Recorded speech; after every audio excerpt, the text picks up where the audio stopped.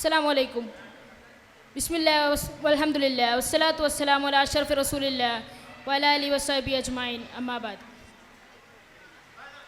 ഏറ്റവും ബഹുമാനാദരവുകൾ നിറഞ്ഞ അധ്യക്ഷരെ, രക്ഷിതാക്കളെ, സഹപാഠികളെ, കൂട്ടുകാരെ, SYSൻ്റെയും SSFൻ്റെയും കർമ്മധീരരായ പ്രവർത്തകരെ,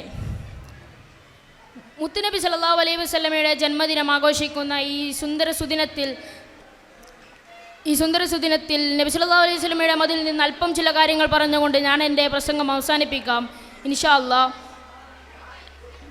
ലോകത്തിൻ്റെ നേതാവ് മുത്തു മുഹമ്മദ് മുസ്തഫ സല്ലല്ലാഹു അലൈഹി വസല്ലമ തങ്ങളുമായി ആഭേദമായ ബന്ധമാണ് നമുക്കുള്ളത്. കാരണം നമ്മുടെ ജീവിതത്തിൽ ഏറ്റവും വലിയ ഐശ്വര്യം എന്ന് പറയുന്നത് നാം മുസ്ലിമായി എന്നുള്ളതാണ്.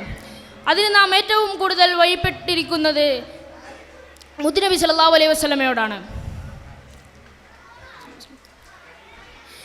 ഖുർആനിൽ അല്ലാഹു പറയുന്നു, നബി സല്ലല്ലാഹു അലൈഹി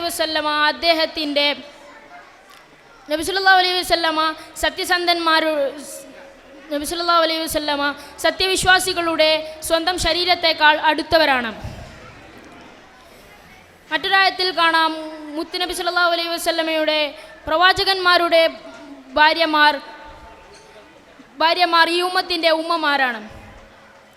ഇതിൽ നിന്നൊക്കെ നമുക്ക് കാണാൻ സാധിക്കും പ്രവാചകത്വ സ്നേഹത്തിൻ്റെ വില. മറ്റൊരു ആയത്തിൽ അല്ലാഹു പറയുന്നു, ആരാണോ അള്ളാഹുവിൻ്റെയും അവൻ്റെ റസൂൽ മുഹമ്മദിനെയും വഴിപ്പെട്ട് ജീവിക്കുന്നത് അവരെ ഇഷ്ടപ്പെട്ട രക്തസാക്ഷികൾ, സജ്ജരിതർ, പ്രവാചകന്മാർ എന്നിവരുടെ കൂടെയാണ്.